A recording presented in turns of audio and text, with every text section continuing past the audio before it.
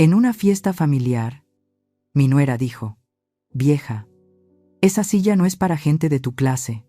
Mi hijo bajó la cabeza, sin atreverse a decir una palabra. Yo solo sonreí. Me levanté y me fui en silencio de la fiesta. Pero el regalo que dejé los dejó sin palabras. Pero antes de continuar, comprueba si estás suscrito al canal y comparte en los comentarios desde dónde estás viendo nuestro video. Nos encantaría saber hasta dónde llegan nuestras historias de venganza. Una vez al mes, organizaba una reunión familiar como tradición. Aunque mi esposo Ricardo ya no estuviera, aquella tarde de domingo, mi casa bullía como en un día de fiesta. El sonido de la guitarra se mezclaba con el embriagador aroma de la cochinita pibil y el mole picante que emanaba de la cocina. Me sentí feliz cuando mis dos adorados nietos, Mateo y Sofía, corrieron a abrazar mis piernas, llamándome a gritos: «¡Abuela! ¡Abuela!». Mi nuera, Ishbel, estaba de pie, con los brazos cruzados, dando órdenes al personal de servicio como una reina. Llevaba un vestido de diseñador de Dior de color verde esmeralda que se ceñía a su esbelta figura, con el pelo recogido en un moño perfecto. Su mirada me atravesó, fría como un trozo de cristal roto. Sin un atisbo de emoción, no me saludó. La forma en que me miraba era como si yo fuera una invitada no deseada, una persona invisible en mi propia casa. La llegada de mi tía Carmen, mi primo Héctor y don Teobaldo, un antiguo socio de la familia, me reconfortó el corazón. Siempre me habían mostrado respeto, y su presencia en medio de las miradas frías de aquel día fue un consuelo silencioso.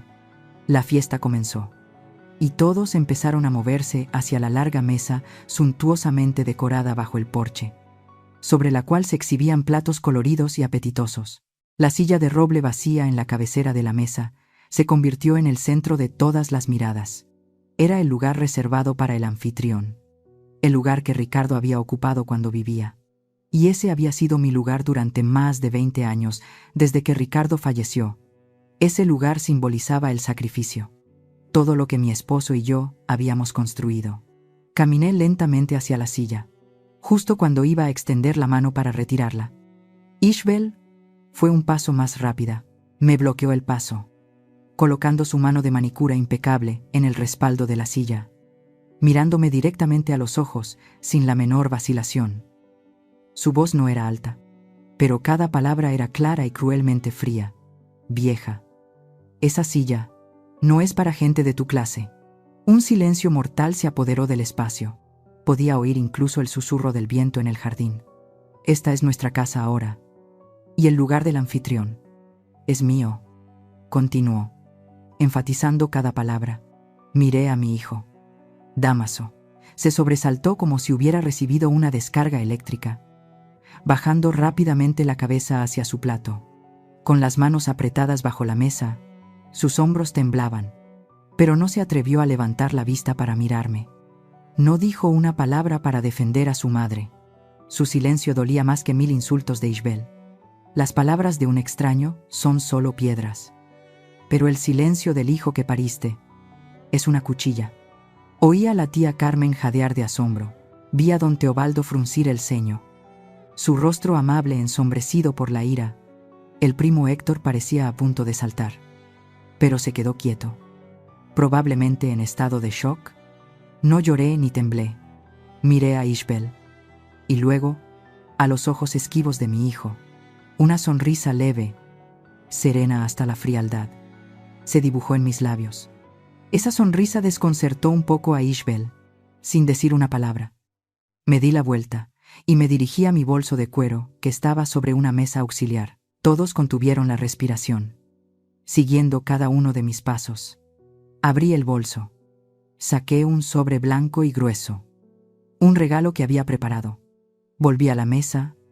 Caminé directamente hacia Dámaso, mi hijo, y coloqué el sobre ordenadamente frente a él.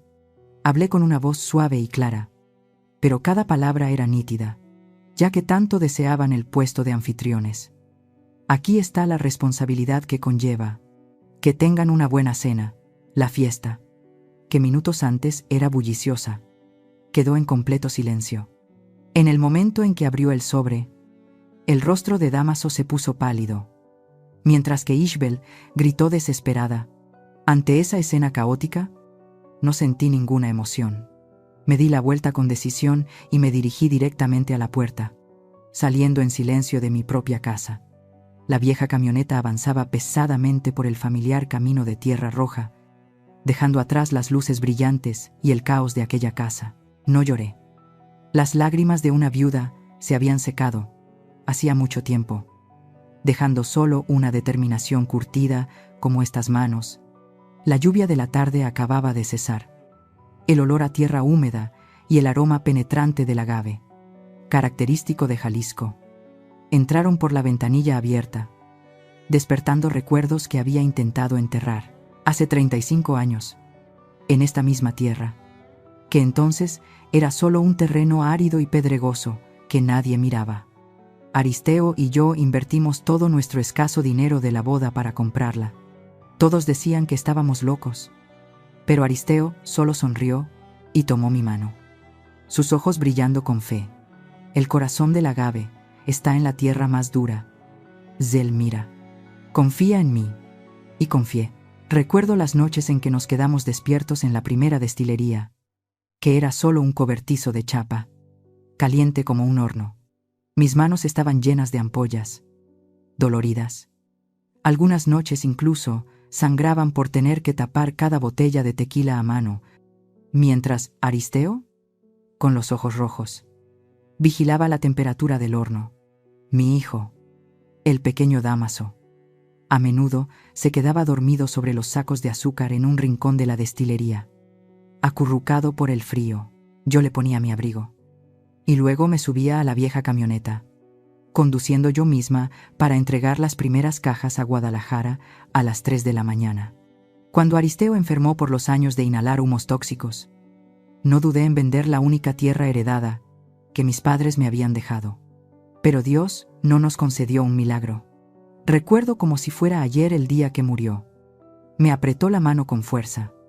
Su voz un susurro: cuida de Dámaso. Y nunca vendas. La promesa nuestra. Después de que se fue, fui padre y madre.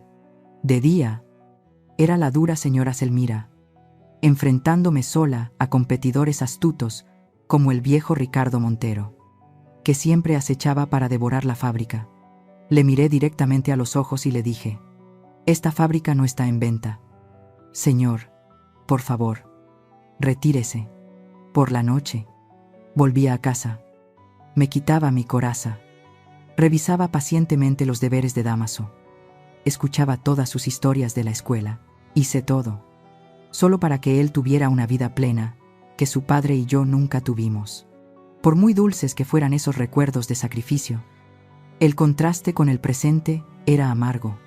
Mis pensamientos me llevaron de nuevo al día en que Dámaso trajo a Ishbel a casa para presentarla. Entró en la hacienda que Aristeo y yo habíamos construido con sudor y amor.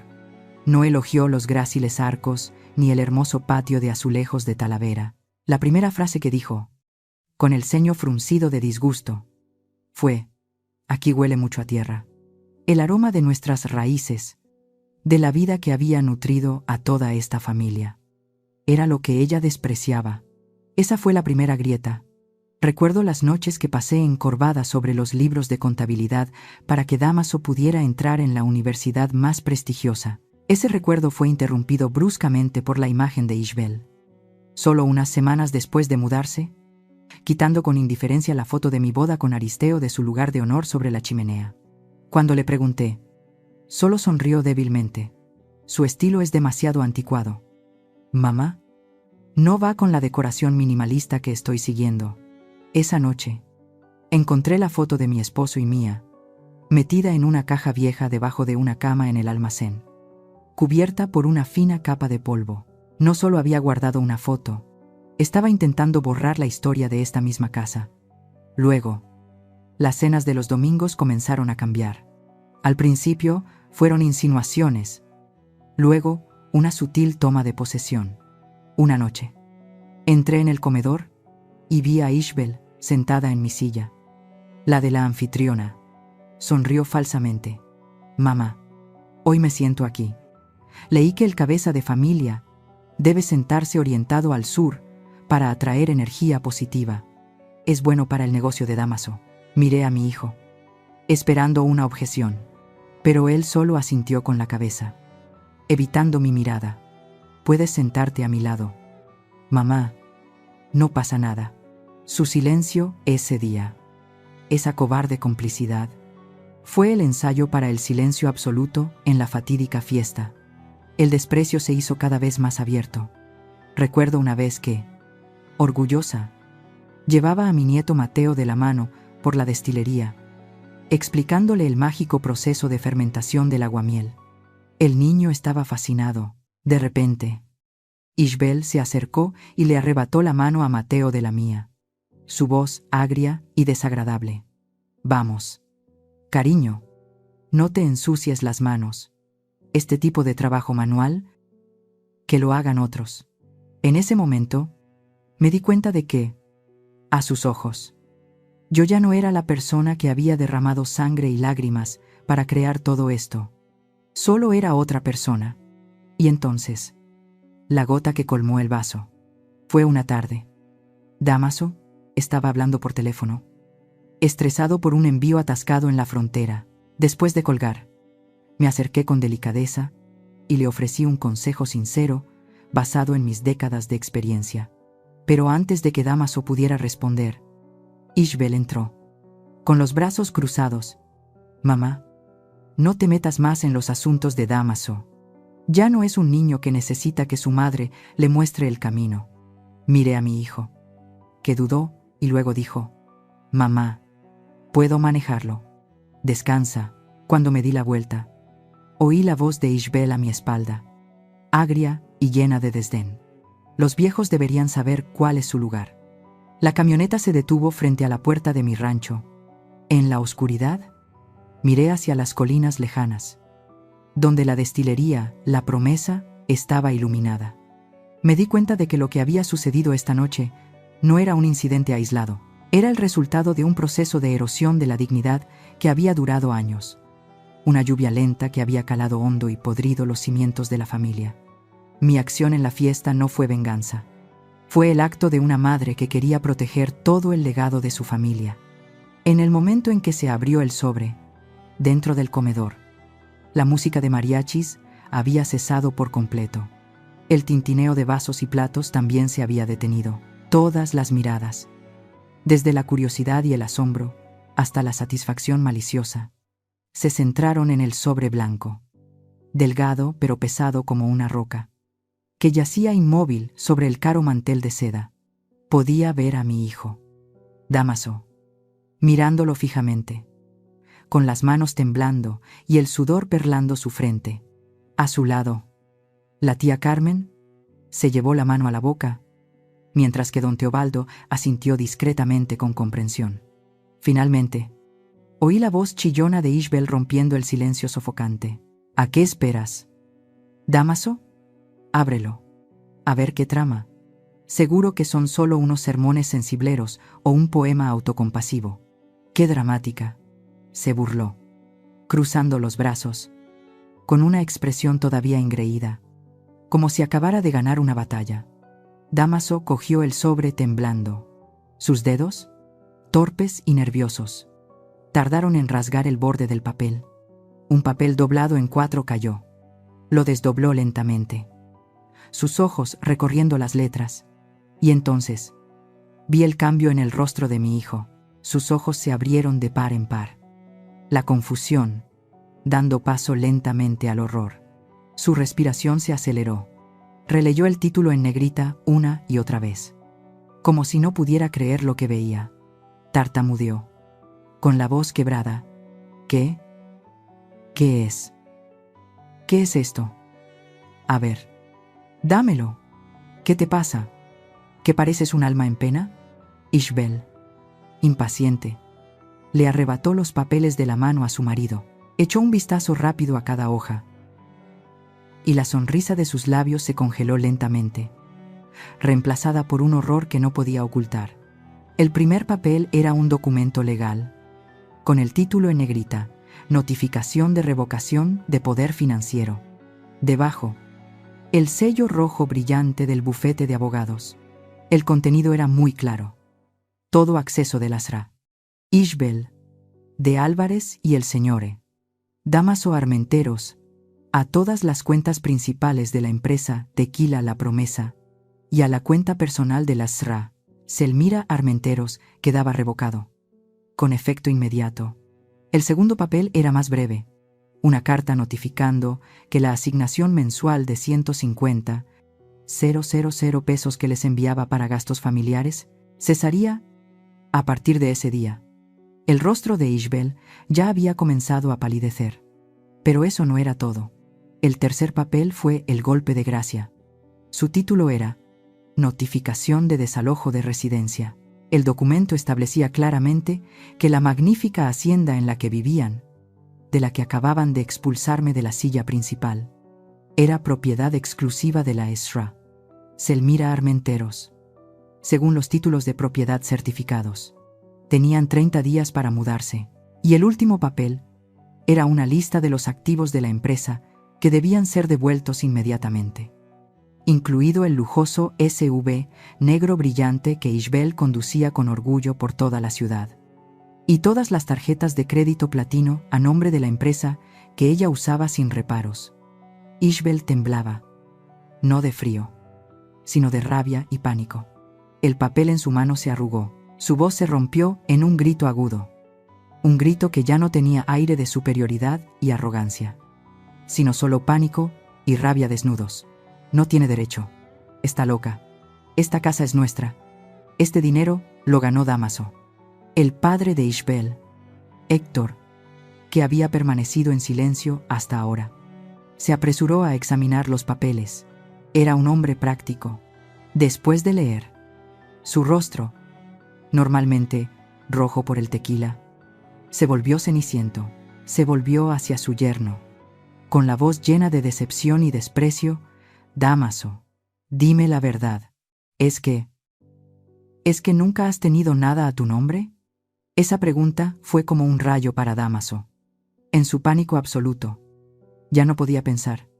Empujó su silla. Salió corriendo por la puerta. Corrió desesperadamente hacia el patio delantero, gritando mi nombre en vano. Gritó, con la voz quebrada por el miedo: Mamá, mamá, por favor no hagas esto. Podemos hablar. Es mi culpa. Todo es mi culpa. Me detuve. Pero no me di la vuelta. Me quedé quieta por un segundo. Todavía de espaldas a él. De espaldas a la casa que había construido. De espaldas a la vida por la que había sacrificado todo. Mi voz era tranquila, sin una onda, lo suficientemente alta como para que la oyera por encima del viento nocturno. Ya es demasiado tarde para hablar. Dámaso, dije. Tuviste innumerables oportunidades para hablar. Tuviste años para elegir. Y ya has elegido.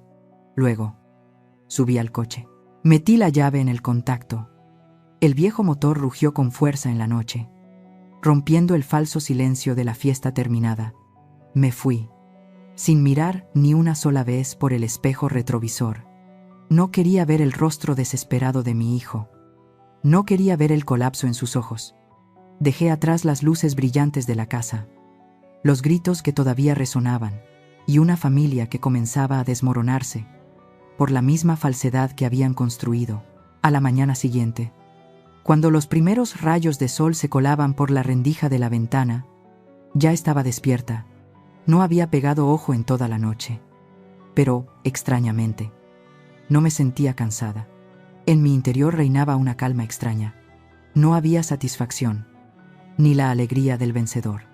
Solo una determinación de hierro. No me quedé en el rancho.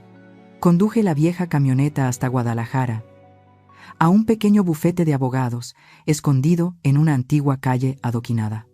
No busqué los relucientes rascacielos de cristal con abogados de trajes impecables. El lugar al que fui era el despacho de Mireya Collado, con solo un modesto letrero de madera, tallado a mano. Mireya era la hija de una antigua compañera de escuela. Una joven abogada, pero ya famosa en toda la región por su agudeza y su rara integridad. Su oficina tenía solo 2 habitaciones.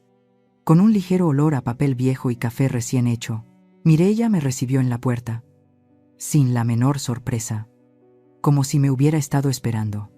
Me invitó a sentarme y me sirvió una taza de café ella misma. He oído algunos rumores de la fiesta de anoche. Doña Selmira, dijo en voz baja. Sus ojos detrás de las gafas me miraban con preocupación. Sabía que tarde o temprano vendría. Asentí, colocando mi viejo maletín de cuero sobre la mesa. Lo abrí y extendí con cuidado sobre la mesa los documentos que había guardado como tesoros durante décadas. El certificado de propiedad original de la tierra, amarillento por el tiempo. El acta constitutiva de Tequila La Promesa, que Aristeo y yo habíamos firmado juntos. La tinta algo desvaída. Y los libros de contabilidad. Las declaraciones de impuestos que yo misma había anotado, meticulosamente, cifra por cifra. Durante tantos años, Mireia examinó cada documento uno por uno. No dijo nada. Solo asentía de vez en cuando, sus ojos brillando detrás de las gafas. Hojeó los libros de contabilidad. Su silencio no me impacientó. Al contrario, me dio una sensación de seguridad. Estaba trabajando, construyendo una fortaleza para protegerme. Después de casi una hora, levantó la vista y me miró directamente a los ojos. Su mirada ya no era de compasión, sino de admiración. Doña Selmira, dijo, con voz firme, la mayoría de las personas que se enfrentan a esto vienen a verme con lágrimas e ira. Se lamentan desesperadamente. Pero usted viene con libros de contabilidad y escrituras. No solo tiene una base legal sólida. Señora, tiene una fortaleza. Luego, tomó el acta constitutiva de la empresa, señalando una pequeña cláusula que yo misma a veces había olvidado. Su esposo, el señor Aristeo, fue muy sabio al incluir esta cláusula desde el principio. Leyó en voz alta, con claridad. En caso de fallecimiento de uno de los 2 fundadores, el 51% de las acciones de control del fundador superviviente no podrá ser diluido ni transferido de ninguna forma, sin el consentimiento final por escrito y notariado de esa misma persona. Dejó el papel y me miró. Él la protegió desde el primer día. Doña Selmira, lo previó todo. Las palabras de Mireia me calentaron el pecho, como si una corriente cálida fluyera a través de mí. Incluso después de haber dejado este mundo, Aristeo seguía aquí, protegiéndome con su sabiduría y su amor. Las lágrimas estuvieron a punto de brotar, pero eran lágrimas de gratitud, no de dolor. Al salir del bufete, me sentí mucho más aliviada, pero no volví a casa de inmediato. Conduje hacia las colinas, hasta el rancho de agaves de don Teobaldo, el mejor amigo y compañero de mi esposo. Él y Aristeo habían crecido juntos, compartiendo sueños y fracasos. Lo vi de pie en medio de las hileras de agaves verdes y rectos. Su sombrero de ala ancha ocultaba su pelo blanco como la plata. Su sombra se alargaba sobre la tierra roja. Al ver mi coche, me saludó con la mano y caminó lentamente hacia el porche de su casa. Su esposa, doña Inés, una mujer de buen corazón, nos trajo 2 tazas de café caliente y un plato de pan dulce todavía tibio. Me apretó la mano suavemente, sin decir nada, pero sus ojos contenían toda la compasión del mundo. Nos sentamos en el porche, contemplando los campos de agave que se extendían hasta el horizonte. Le conté toda la historia, sin omitir un solo detalle, desde los susurros de Ishbel, los cambios en la casa, hasta el aterrador silencio de Damaso, y el momento en que puse el fatídico sobre la mesa. Lo conté con calma, sin una sola queja. Don Teobaldo escuchó en silencio, sus viejos ojos mirando a lo lejos, hacia las colinas. No me interrumpió. Solo de vez en cuando se llevaba la taza de café a los labios para dar un sorbo. Cuando terminé, el silencio volvió a reinar, solo roto por el susurro del viento entre las hojas.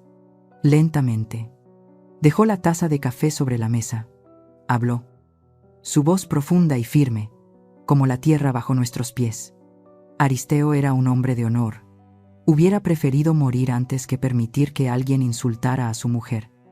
Ni siquiera con una palabra, se volvió para mirarme, con una mirada llena de comprensión y determinación. Selmira, continuó, lo que hiciste anoche no fue venganza. La venganza es un acto de debilidad, de almas tan heridas que se han deformado. Esto fue restaurar la dignidad. Nunca confundas esas dos cosas. Sus palabras fueron como una ráfaga de viento, barriendo las últimas nubes de duda que quedaban en mi corazón. A veces, en la oscuridad de la noche, me había preguntado si no había sido demasiado cruel, pero no. Don Teobaldo tenía razón. Esto no era venganza, era lo que tenía que hacer. Por Aristeo, por todos nuestros años de sacrificio y por mí misma. No estaba sola, tenía la ley de mi parte, el amor de mi difunto esposo, protegiéndome y el apoyo de verdaderos amigos. Sabía que estaba haciendo lo correcto. Si alguna vez has sido despreciado por tus hijos, tu nuera o tus familiares, comparte tus propias historias de venganza en los comentarios para que juntos podamos alzar la voz. No tuve que esperar mucho. Exactamente 2 días después, sonó el teléfono de mi casa. Sabía quién llamaba. Descolgué y esperé en silencio. Al otro lado de la línea hubo un largo silencio, solo interrumpido por una respiración agitada y entrecortada. Finalmente, la voz de Dámaso, llena de pánico y casi sollozando. Mamá, mamá, mis tarjetas de crédito están bloqueadas. Las de Ishbel también. Dicen que la cuenta de la empresa ha sido congelada. Esta mañana, la compañía eléctrica envió un aviso. Dijeron que si no pagamos hoy, cortarán la luz. Mamá, tenemos que hablar. Te lo ruego. Había guardado silencio cuando fui humillada. Ahora, su voz estaba llena de súplica. No sentí lástima, solo una profunda tristeza. Respondí, con una voz tan tranquila que era fría. Entonces, ven a la casa del rancho. A las 8 de la noche. Hice una pausa y añadí, trae a tu mujer y a tu suegro. Hablaremos de una vez por todas. Luego colgué, sin esperar su respuesta. A las 8 de la noche, el lujoso SUV, que pronto dejaría de ser suyo, se detuvo bruscamente frente a mi patio. La puerta del coche se abrió. Ishbel y su padre, Héctor, entraron. Primero, el rostro de Ishbel estaba hinchado, resentido, mirándome como si quisiera comerme viva. Héctor adoptó la apariencia de un negociador, pero la tensión era evidente en su frente arrugada. El último en entrar fue Dámaso. Mi hijo parecía un niño perdido, con los hombros encogidos y la cabeza gacha, sin atreverse a mirarme. Los esperaba en la sala de estar, y en el lugar más honorable, justo sobre la repisa de la chimenea, estaba la foto de mi boda con Aristeo. La había vuelto a colgar esa misma mañana. Quería que Aristeo estuviera aquí, presenciando este momento conmigo. Se sentaron en el sofá de enfrente, formando una línea de batalla silenciosa. Héctor, un hombre acostumbrado a dar órdenes y a pensar que el dinero puede solucionarlo todo, habló primero, tratando de mostrarse conciliador. Selmira, comenzó, con voz solemne, creo que ha habido un grave malentendido. Son cosas de familia. Seguramente podemos llegar a algún acuerdo financiero, un arreglo razonable, para resolver esto amistosamente para todos. No lo miré. Mis ojos estaban fijos en Ishbel. No hay ningún malentendido. Señor Héctor, dije, con voz clara. Mi nuera dejó muy clara mi posición en esta casa. Ishbel se burló. Una sonrisa torcida, llena de desprecio. ¿Su posición? ¿Todavía se atreve a hablar de posición? No es más que una vieja que vive del éxito de su hijo. Todo esto, la fábrica, la casa, el dinero, todo lo ha hecho Dámaso con sus propias manos. Debería estar agradecida. Esa mentira descarada era exactamente lo que estaba esperando. Sonreí. Una sonrisa genuinamente triste. no por ella, sino por mi hijo. El hijo, que había sido cegado por la codicia. Me levanté lentamente y me acerqué a mi viejo maletín de cuero. Lo abrí y saqué una carpeta de documentos envuelta en un viejo paño de terciopelo. Los coloqué en el centro de la mesa de café de madera.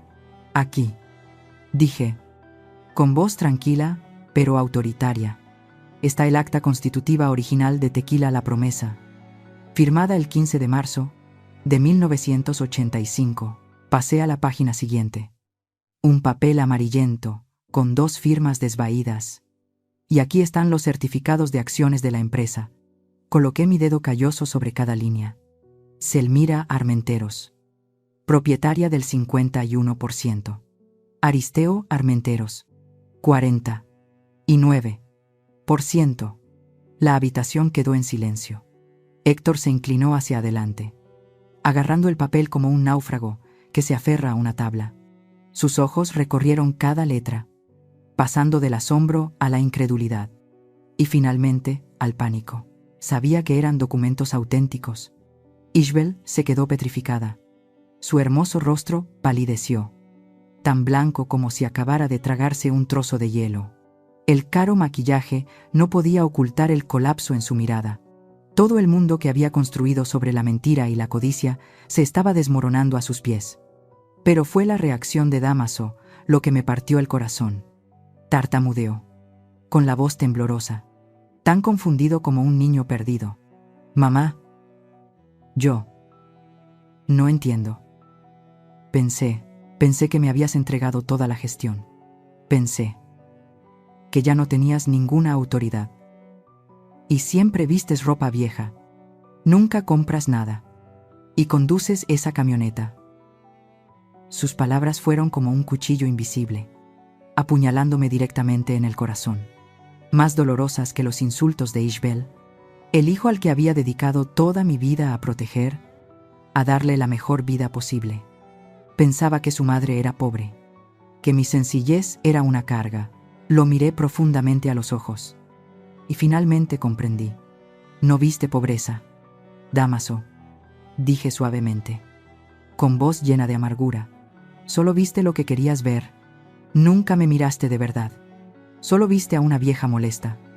Un pasado del que querías deshacerte. Viste una carga. Cuando yo soy los cimientos de esta casa.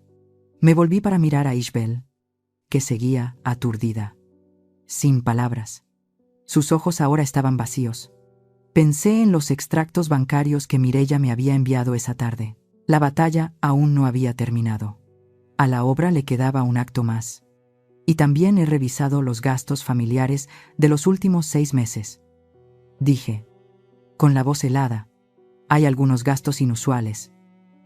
Gastos de los que he sospechado durante mucho tiempo. El silencio en la sala después de la confesión de Dámaso era pesado como el plomo.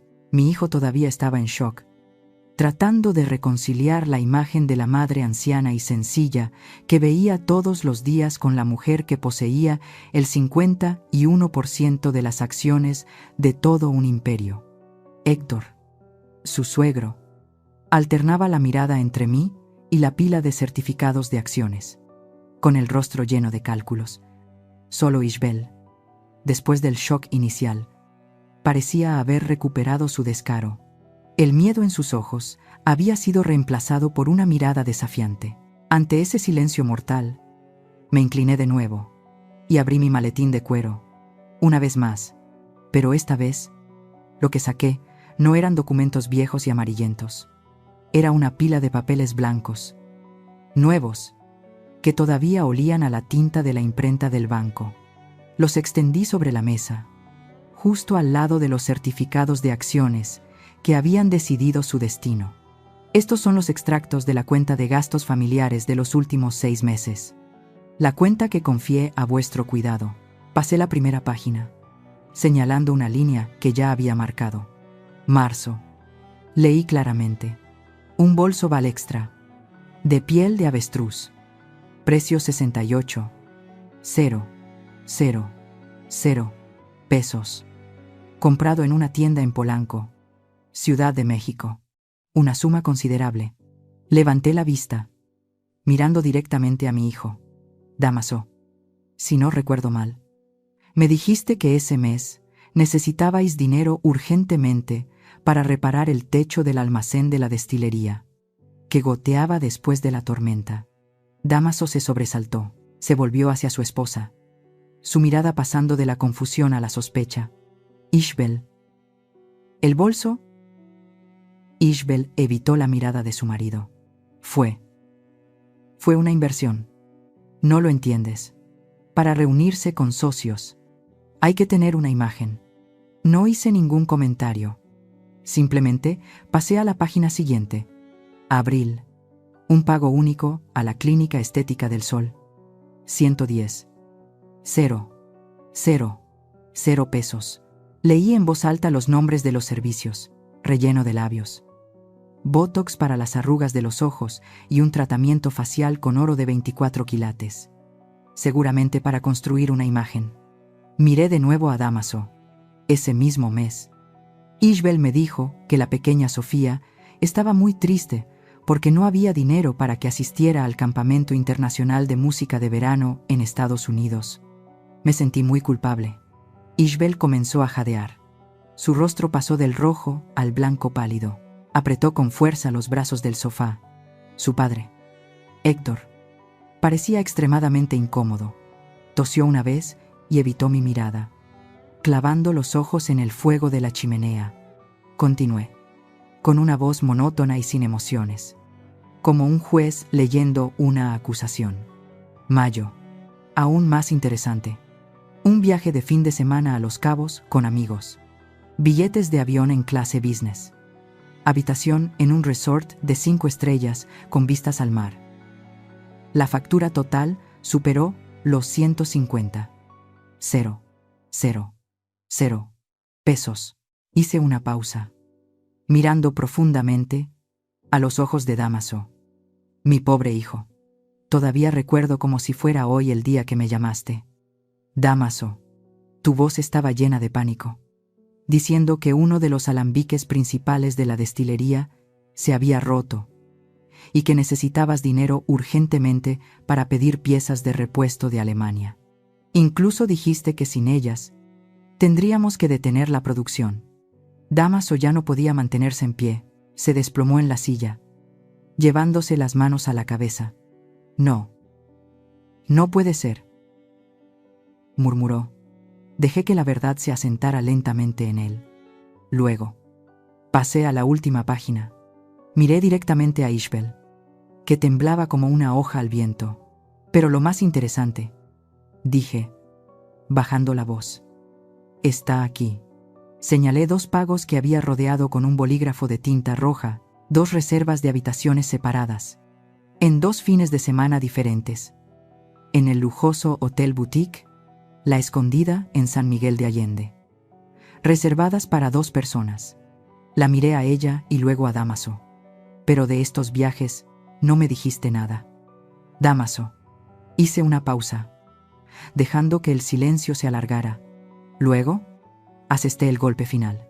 Y la persona que te acompañaba, el nombre que figura en las notas de la reserva, es Ricardo Montero Jr. El nombre de Ricardo Montero Jr. resonó en la sala como un trueno.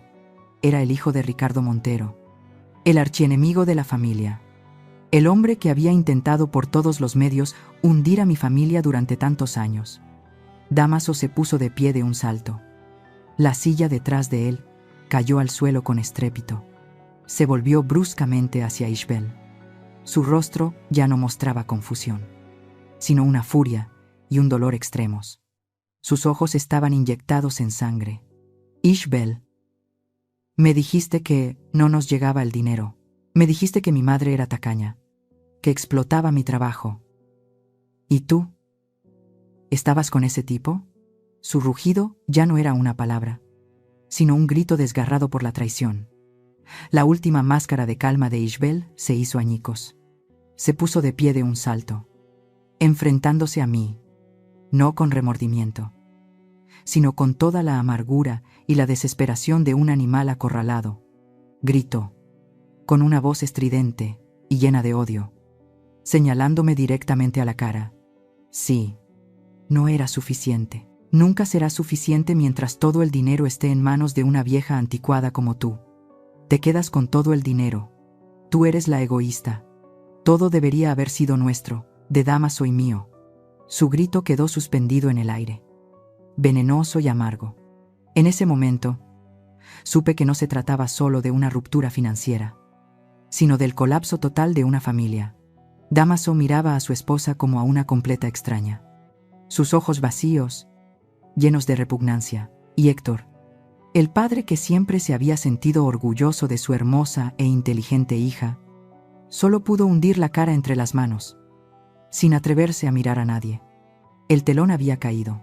Pensé que tendría un poco de paz, la paz de alguien que ha hecho lo que tenía que hacer, por doloroso que fuera. Pero esa paz duró menos de 24 horas. A la mañana siguiente, mientras estaba en el jardín, tratando de encontrar consuelo entre los rosales de Aristeo, sonó mi teléfono. Era doña Inés, la esposa de don Teobaldo. Su voz, normalmente tranquila, temblaba de ira. «Zelmira, ¿usas esa cosa? ¿Ese Facebook?», preguntó. «La niña Ishbel está inventando una historia terrible. Tienes que verlo ahora mismo». Yo no uso esas cosas, pero le pedí a Mireya, la abogada, que me lo enviara, y lo que vi me dejó sin palabras. No de ira, sino de un cansancio infinito ante la capacidad ilimitada del ser humano para mentir. Era una foto, pero no una foto tomada a toda prisa. Estaba escenificada profesionalmente, como la portada de una revista trágica.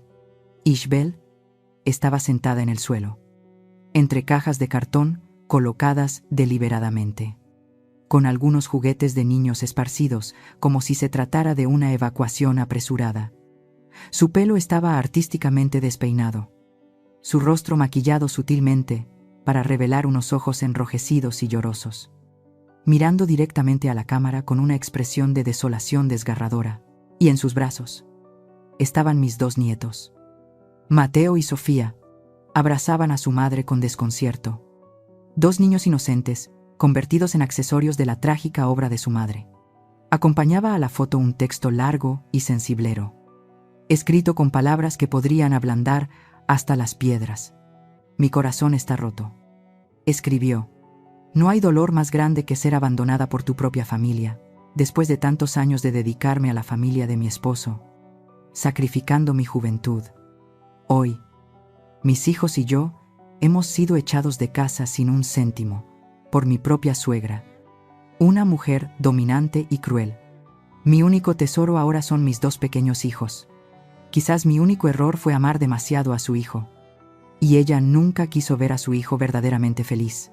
La publicación se extendió a la velocidad de un incendio en un prado seco. Inmediatamente, el círculo de amigas de la alta sociedad de Ishbel, mujeres que solo conocían la vida a través del prisma de las fiestas y los artículos de lujo, se lanzaron a comentar. «Oh, Dios mío, Ishbel, lo siento tanto por ti. ¿Cómo puede alguien ser tan cruel? ¡Qué horror! No puedo creer que exista una suegra tan malvada como el diablo. Sé fuerte. Chica, todos estamos contigo.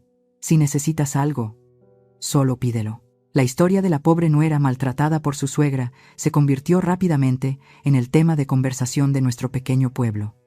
Las mentiras de Ishbel, adornadas con lágrimas y fotos de niños, eran mucho más fáciles de escuchar y creer que la complicada verdad. Comencé a sentir la presión. Cuando iba al mercado, recibía miradas curiosas, dedos que señalaban y susurros a mis espaldas. La señora Elena de la tienda de telas, que la semana anterior me había saludado calurosamente, ahora solo asentía con frialdad y se daba la vuelta rápidamente. La gente que antes era amable, ahora evitaba mi mirada. Su silencio era más aterrador que las acusaciones. La presión llegó a su punto álgido una tarde. El padre Miguel, un hombre muy respetado en todo el pueblo, vino a verme al rancho. Le ofrecí una taza de café, pero la rechazó. Se sentó en la sala de estar, mirándome con preocupación y aconsejándome suavemente. No me criticó, pero fue su amabilidad, lo que supuso el golpe psicológico más duro. Doña Selmira, comenzó. Sé que los asuntos familiares son complicados. No estoy aquí para juzgar. Pero Dios nos enseña a amar y perdonar. Ishbel es joven e inexperta. Y Dámaso es su hijo. Quizás debería abrir su corazón a la compasión. Por la felicidad de sus 2 pequeños nietos. Sus palabras demostraban que él también se había creído la historia de Ishbel. Mi corazón se encogió. Incluso un hombre tan piadoso como él había sido cegado por esa actuación. Podría haber presentado los documentos, las pruebas. Pero ¿cómo podía discutir con una compasión mal dirigida? Me quedé en silencio, con la cabeza gacha. Gracias por su preocupación, padre. No me justifiqué. No entré en la pelea de lodo en las redes. Elegí el silencio, pero mi silencio, a los ojos de la opinión pública en ese momento, me hacía parecer aún más culpable, como si estuviera agachando la cabeza para admitir mi culpa. Cuando el padre Miguel se fue, el sol se puso, tiñendo de rojo un rincón del cielo. Me quedé sola en la casa silenciosa, mirando por la ventana, sintiendo el frío rechazo de todo el pueblo a mi alrededor. La obra de Ishbel había sido un éxito rotundo. Aunque tenía la verdad y la ley de mi lado, estaba perdiendo la guerra de la opinión pública, aislada e incomprendida. La injusticia alcanzó su punto máximo, espesándose como la noche que caía lentamente sobre el rancho. Me pregunté si la verdad todavía tenía algún poder, cuando la mentira podía llorar de una manera tan conmovedora. Pasaron varios días en un silencio pesado. Me encerré en el rancho, acompañada por mis rosales y mis recuerdos. Todo el pueblo parecía susurrar a mis espaldas, y cada susurro era como una pequeña aguja invisible pinchando mi piel. Sabía que la obra de Ishbel había triunfado. Sus lágrimas, la imagen de los niños, se habían convertido en un velo perfecto para la verdad. Tenía en mis manos todos los documentos legales, pero estaba perdiendo la batalla, donde el arma era la compasión. Y entonces, en medio de la niebla de la mentira, brilló una pequeña luz. Desde el lugar que menos esperaba, fue Silvana, mi antigua empleada doméstica. Era una mujer de pocas palabras, resignada, que había sido testigo silencioso de todos los cambios en esa casa. Después de muchos días de duda, quizás su conciencia no le permitió seguir en silencio. No tenía poder, ni dinero, pero tenía algo que Ishbel había perdido: la verdad. No discutió, no insultó, simplemente escribió un comentario breve, sincero y contundente, justo debajo de la publicación lacrimógena de Ishbel.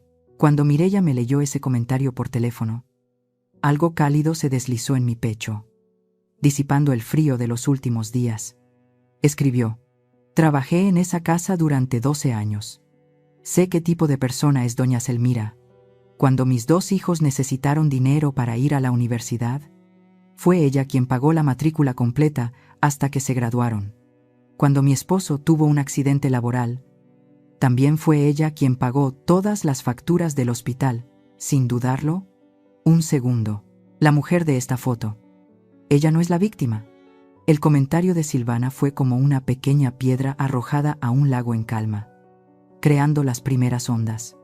Por supuesto, las amigas de Ishbel se lanzaron inmediatamente al ataque, diciendo que solo era una exempleada resentida, inventando historias por venganza. Decían: seguro que está amargada porque la despidieron. No creáis las palabras de una sirvienta. Pero habían subestimado el valor de una persona honesta. Silvana no se detuvo. Decidió publicar en su perfil personal pruebas concretas. Eran fotos que había tomado con su viejo teléfono. Fotos de las facturas de bolsos de diseño, los billetes de avión para vacaciones en Los Cabos que Ishbel había tirado a la basura de su habitación. Escribió un pie de foto simple, sin una palabra amarga, pero afilado como una navaja. Esta es la vida, sin un céntimo de la que hablaba. Ya no era palabra contra palabra. Eran pruebas, las cifras, los lugares de lujo. Aparecían claramente, contradiciendo directamente la imagen de madre pobre y digna de lástima que Ishbel se esforzaba por construir. La opinión pública comenzó a tener serias dudas. Y fue entonces cuando se rompió la presa. El valiente acto de Silvana desató una ola de verdad. El señor José, el antiguo capataz de la fábrica La Promesa, un hombre que había pasado toda su vida con mi familia, escribió un largo post. Habló de los difíciles comienzos, de cómo él mismo había visto cómo vendía la tierra heredada de mis padres para pagar el tratamiento de Aristeo. Escribió: puede ser estricta, pero su corazón es de oro. Que nadie insulte a nuestra doña Selmira. Luego, los vecinos de toda la vida, los pequeños comerciantes del pueblo, la gente a la que la familia Armenteros había ayudado en tiempos difíciles, uno por uno, contaron sus propias historias. Uno contó cómo les había permitido deberle dinero cuando su negocio iba mal. Otro contó cómo Aristeo y yo habíamos donado para construir la iglesia del pueblo. Cada historia era una pieza del rompecabezas, que juntas creaban una imagen de Selmira completamente opuesta a la que Ishbel había pintado. Era la imagen de una mujer que se había sacrificado, que había construido y que había dado. La opinión pública dio un giro de 180 grados. Tan rápido como una tormenta de arena cambia de dirección. Bajo la publicación de Ishbel, los comentarios de compasión desaparecieron, reemplazados por una serie de preguntas cada vez más incisivas. Espera, ¿qué está pasando? ¿Por qué tanta gente defiende a la suegra? ¿Y qué hay de esas facturas? Explícalo. Ishbel, ¿así que esto es la obra de una actriz profesional? ¡Qué despreciable! Y entonces, alguien anónimo lanzó la bomba final, reviviendo un detalle que muchos habían pasado por alto. Un momento. ¿Quién es Ricardo Montero Jr.? Porque vi su nombre mencionado en un comentario que fue borrado. Ese nombre, el nombre de la traición, conectó todos los eventos. Ahora, la gente no solo veía a una nuera mentirosa, también veían a una esposa infiel, alguien que se había confabulado con el rival de su propia familia. Podía imaginar a Ishbel al otro lado de la pantalla, borrando frenéticamente comentarios, bloqueando usuarios. Pero era demasiado tarde. Su obra se había derrumbado, sus mentiras, como una casa construida sobre arena, no podían soportar el tsunami de la verdad. Me senté en mi rancho, sin alegría, sin satisfacción. Solo sentí una profunda paz. No había necesitado decir una sola palabra. Mi vida, las cosas que había hecho, habían hablado por sí mismas. La verdad, como el buen tequila, necesita tiempo para destilarse, pero una vez que sale, su sabor es innegable.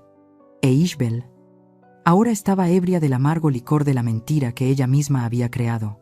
El cielo de Jalisco, tras la tormenta de la opinión pública, volvió a su habitual azul claro. Pasaron varias semanas en silencio.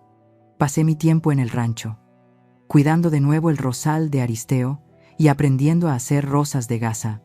Mis manos, acostumbradas a firmar papeles y revisar barriles de roble, ahora moldeaban torpemente cada delicado pétalo.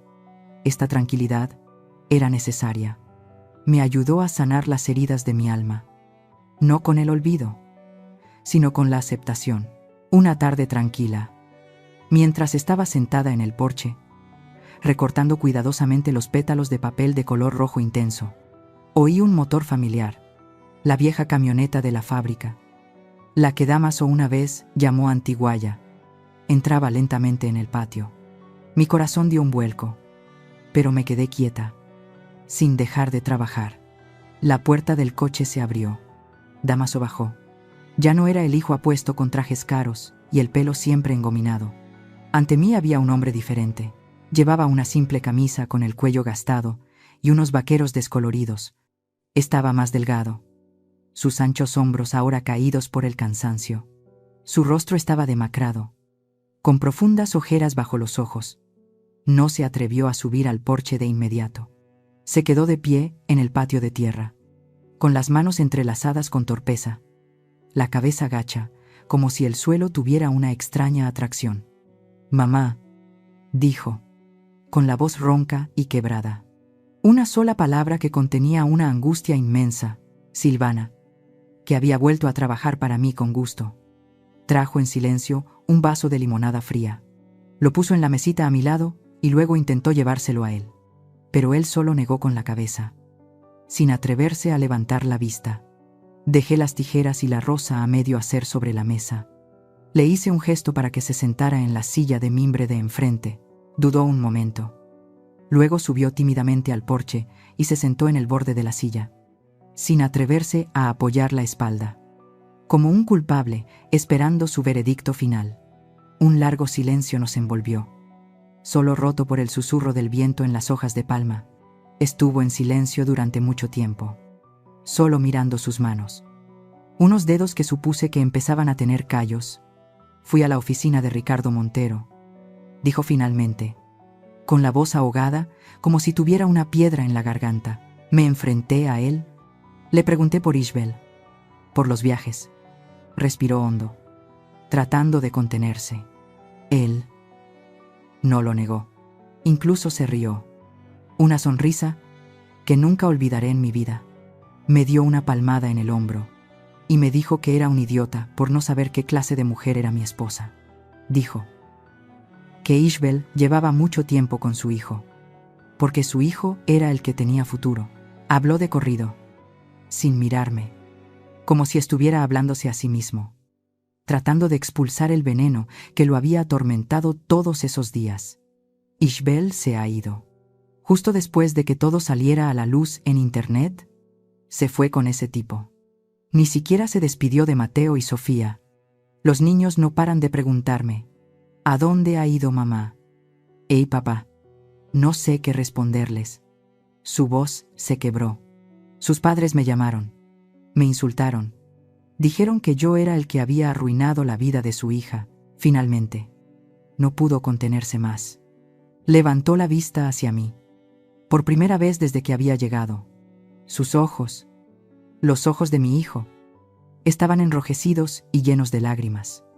Mamá. Sollozó. Mamá. Lo siento. Sé que una disculpa no significa nada ahora. He sido un canalla, un hijo ingrato, un marido débil. Vi todo lo que ella hacía. Mamá, vi el desprecio en sus ojos cada vez que te miraba. Oí sus indirectas, pero elegí no ver. Elegí no oír. Fui demasiado débil. Tenía miedo, miedo de ofenderla, miedo de que la familia se rompiera. No te protegí. Las lágrimas comenzaron a rodar por sus mejillas demacradas. Lágrimas tardías, pero lágrimas de verdadero arrepentimiento. No dije nada. Me levanté en silencio. Entré en la casa y volví a salir. Puse dos cosas sobre la mesa: una llave vieja y un fajo de billetes cuidadosamente atado. Me acerqué a él. Puse mi mano sobre su hombro tembloroso. Un toque suave pero firme. Te perdono, dije. Y lo dije de corazón. Mi ira se había calmado hacía mucho tiempo, dejando solo tristeza por mi hijo necio. Pero mi perdón no significa que todo volverá a ser como antes. Cometiste un error y tienes que arreglarlo tú mismo. Retrocedí, mirándolo directamente a los ojos. Eres un hombre, Dámaso. Tienes 35 años. Tienes 2 hijos de los que ocuparte. Ya no te mantendré.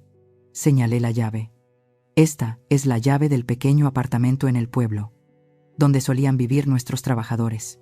No es grande, no es lujoso, pero es suficiente para ti y los 2 niños. Y aquí tienes algo de dinero. Señalé el fajo de billetes, para que te las arregles el primer mes. Solo un mes. Hice una pausa, dejando que cada una de mis palabras calara en él. Mañana, a las 8 de la mañana, puedes empezar a trabajar en la destilería, no como gerente en una oficina con aire acondicionado, sino como un trabajador normal. Aprenderás desde el principio, desde ir al campo a cortar las pencas de agave bajo el sol hasta comprobar la temperatura de los alambiques. Volverás a aprender el valor del dinero ganado con sudor. Lo que es más importante, volverás a aprender el valor de la familia. Me miró con los ojos muy abiertos, llenos de dolor. pero también con un atisbo de comprensión. No suplicó, no discutió, simplemente asintió lentamente, sin poder decir una palabra, mientras las lágrimas seguían rodando por su rostro.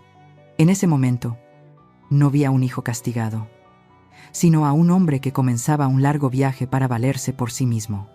Fue un tardío corte del cordón umbilical, doloroso, pero absolutamente necesario para ambos.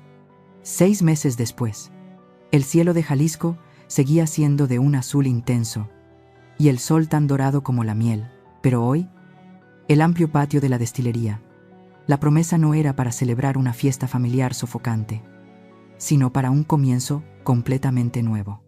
Docenas de sillas estaban ordenadas, mirando hacia un pequeño escenario construido simplemente con tablas de madera. Sobre el escenario, una gran pancarta ondeaba al viento, con las palabras solemnes: Fundación Corazón de Agave, fundada por Zelmira Armenteros. Me paré en el escenario, con un sencillo pero elegante vestido blanco, mirando a la multitud reunida. Mi corazón ya no estaba pesado por el dolor, sino que latía con el pulso de la esperanza. Allí, vi los rostros familiares que me habían acompañado a través de la tormenta.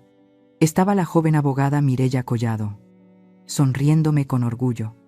Estaban don Teobaldo y doña Inés, los dos viejos amigos que parecían estar celebrando su propio día festivo. Estaban Silvana y los leales trabajadores de la fábrica, aplaudiendo sin cesar cuando salí. También estaba el padre Miguel, que ahora me miraba con una mirada completamente diferente. Una mirada llena de respeto y, quizás, un poco de arrepentimiento. Y en la primera fila estaban mis invitados de honor. No eran políticos ni empresarios ricos. Eran mujeres como yo, una anciana con ojos hundidos, a quien su propio hijo había abandonado en una residencia de ancianos después de vender todas sus tierras. Una viuda demacrada, a quien la familia de su esposo le había arrebatado toda la herencia y la había echado de casa. Ellas fueron las primeras personas a las que mi fundación buscó y ayudó. En un rincón del patio, escondido entre la multitud, vi a Dámaso. Estaba de pie con mis 2 nietos, Mateo y Sofía. No llevaba traje, sino el uniforme de trabajo azul descolorido. Estaba indicando a otros trabajadores que colocaran más mesas y sillas para los invitados que llegaban tarde. 6 meses de trabajo bajo el sol y la lluvia lo habían cambiado. Parecía más fuerte. Su piel bronceada por el sol de Jalisco. Levantó la vista y se encontró con mi mirada. Asintió levemente. Y en sus ojos ya no había culpa, sino un respeto sincero. En ese momento, supe que estaba en el camino correcto. Me acerqué al micrófono. Respiré hondo. El olor a tierra húmeda después de la lluvia de la noche anterior y el dulce aroma característico del agave tostado de la promesa llenaron mis pulmones. El aroma que Ishbel una vez había despreciado, ahora era el aroma del renacimiento. Gracias a todos por venir hoy. Comencé, mi voz firme, resonando a través de los altavoces. Mucha gente me ha preguntado, ¿por qué llamar a la fundación Corazón de Agave? Sonreí, mirando los campos de agave azul que se extendían detrás de la destilería. Porque el agave, la planta que nos ha dado este famoso tequila, tarda muchos años, a veces una década, en madurar. Soporta la sequía, la lluvia, lucha contra el duro clima de esta tierra, pero durante todo ese tiempo, en lo profundo de su interior, su corazón, piña, acumula dulzura en silencio, esperando el día de la cosecha. Como las madres, pasamos toda nuestra vida cultivando, dando, soportando y esperando que algún día recibamos dulzura a cambio. Hice una pequeña pausa, mirando a la multitud. Recientemente, la vida me ha recordado una lección muy cara, que a veces, el asiento que pensamos que es nuestro en la mesa familiar, ya no es bienvenido. Dije estas palabras suavemente, sin una pizca de amargura. Pueden quitarte tu silla, pueden intentar sacarte de tu lugar, pero hay una cosa que nunca podrán quitarte, y es tu valor. Miré directamente a las mujeres de la primera fila. Mis hermanas. En la desgracia, vi lágrimas rodar por sus mejillas. Por lo tanto, continué. Con más fuerza. Decidí que no iba a reclamar una silla vieja. No necesito un asiento en una mesa donde no se me muestra respeto. Decidí crear una mesa completamente nueva. Un lugar donde la dignidad es el plato principal. El respeto es la copa de bienvenida. Y nadie, ninguna madre, es llamada vieja. ¿De esta clase o de aquella clase? La Fundación Corazón de Agave será esa mesa. Proporcionará asistencia legal gratuita a las madres despojadas de sus bienes. Será un refugio temporal para aquellas que han sido expulsadas de sus propios hogares. Y lo más importante, será una comunidad, una familia, para las madres mayores maltratadas por sus hijos y nietos, marginadas por la sociedad. Juntos le recordaremos al mundo que, como el agave, cuanto más viejo es el corazón de una madre, más dulce y fuerte se vuelve. Cuando terminé de hablar, todo el estadio se puso de pie y aplaudió. Los aplausos fueron atronadores y prolongados. Pero no fueron aplausos por una venganza exitosa. Fueron aplausos por un renacimiento. Epílogo. Ha pasado un año desde el nacimiento de la Fundación Corazón de Agave. El cielo de Jalisco sigue siendo de un azul intenso y el sol tan dorado como la miel. Pero mi vida ha cambiado. Ya no vivo esperando las fiestas familiares mensuales. Ahora, cada día es una reunión, pero con una familia más grande. Una familia forjada en la empatía y en corazones que una vez estuvieron rotos. Esa tarde, estaba sentada en el porche del rancho, donde me siento más en paz.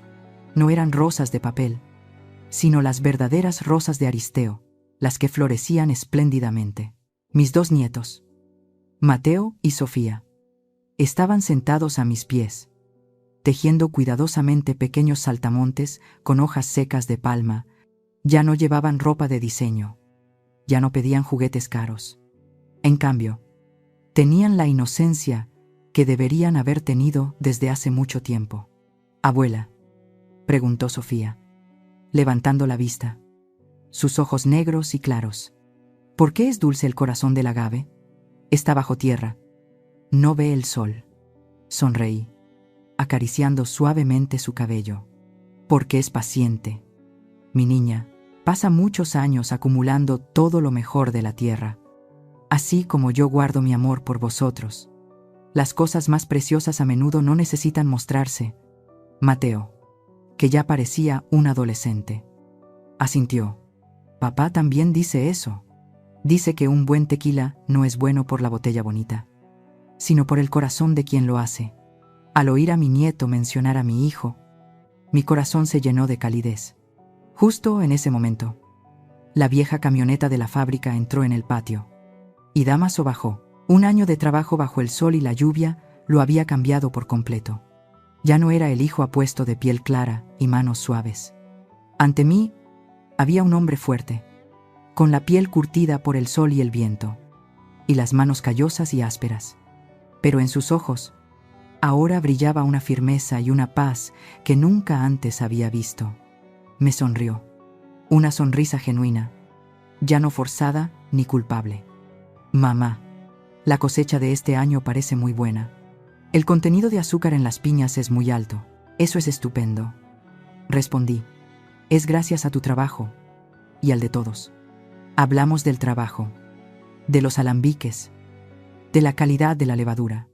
Ya no me pedía consejo pasivamente, sino que discutía conmigo como dos colegas. Realmente había vuelto a aprender desde el principio. Esa noche, él y sus dos hijos se quedaron a cenar. La comida fue sencilla, preparada por Silvana y por mí. Pero las risas de los niños eran más alegres que cualquier música de mariachi. Unas semanas después, don Teobaldo vino de visita. Nos sentamos a tomar el té en el porche como de costumbre. Después de hablar de la cosecha, dudó un momento y luego dijo, con voz grave: «Selmira, la semana pasada tuve que ir a Guadalajara. Vi a Ishbel. Me detuve, pero no dije nada. Solo esperé en silencio a que continuara. Se veía muy diferente, contó. Iba con ese tipo, Ricardo Montero Jr., todavía con ropa de diseño. Pero ya no tenía esa arrogancia. Parecía cansada y mucho más delgada. Oí decir que al viejo Montero no le gusta nada. Él cree que es una sanguijuela que solo busca dinero. Y no le ha dado a su hijo ninguna autoridad en la empresa. Viven de la paga que les da el viejo. Cuando pasé, vi al joven gritándole en medio de un restaurante de lujo. Ella solo agachaba la cabeza, sin atreverse a decir una palabra. Don Teobaldo suspiró. La codicia la llevó a una jaula de oro. Pero una jaula sin amor ni respeto. Después de escuchar la historia, no sentí satisfacción, ni lástima. Solo sentí una extraña paz, como si el último capítulo de un libro viejo hubiera sido leído, y ahora pudiera cerrarlo suavemente y guardarlo en la estantería. Su caída no me trajo alegría, porque mi felicidad no se construye sobre la infelicidad de los demás. Esa noche, cuando me quedé sola, entré en la sala de estar, donde la foto de mi boda con Aristeo todavía colgaba honorablemente sobre la chimenea. Miré la silla de roble en la cabecera de la mesa del comedor. La silla que una vez fue el centro de la batalla, todavía estaba allí, vacía, Dámaso. Aunque ahora era el gerente de la destilería, nunca se había atrevido a sentarse en ella. Y yo ya no quería sentarme allí tampoco. Me di cuenta de que no había luchado para recuperar una silla. Había luchado por el derecho a levantarme y alejarme de ella. Esa silla, al igual que esa magnífica casa, era solo un símbolo. Mi verdadero hogar no estaba construido con ladrillos y mortero, sino con amor y respeto. Estaba aquí, en este pequeño rancho, en las risas de mis nietos, en la mirada arrepentida de mi hijo y en los abrazos compartidos de las mujeres de la Fundación Corazón de Agave. No me vengué de ellos. Los liberé de su codicia y dependencia. Y lo más importante, me liberé a mí misma del pasado, del dolor y del silencio. La silla principal ahora estaba vacía, pero mi alma estaba más llena que nunca. En ese momento, ya no era Selmira, la madre abandonada por su hijo y su nuera. Era doña Selmira Armenteros, la que había creado un nuevo legado, a partir de su propio dolor. No los destruí. Los liberé de su dependencia de mí, de la codicia que los había cegado. Y lo más importante de todo, me liberé a mí misma del pasado, de la silla vacía en la cabecera de la mesa, y encontré un lugar nuevo, mucho más grande. Y cuando miré a esas mujeres, a mi hijo, sudando por su trabajo, al legado mío y de Aristeo, que no era solo tequila, sino también esperanza, me di cuenta de una profunda verdad. Mi historia no es una historia de venganza.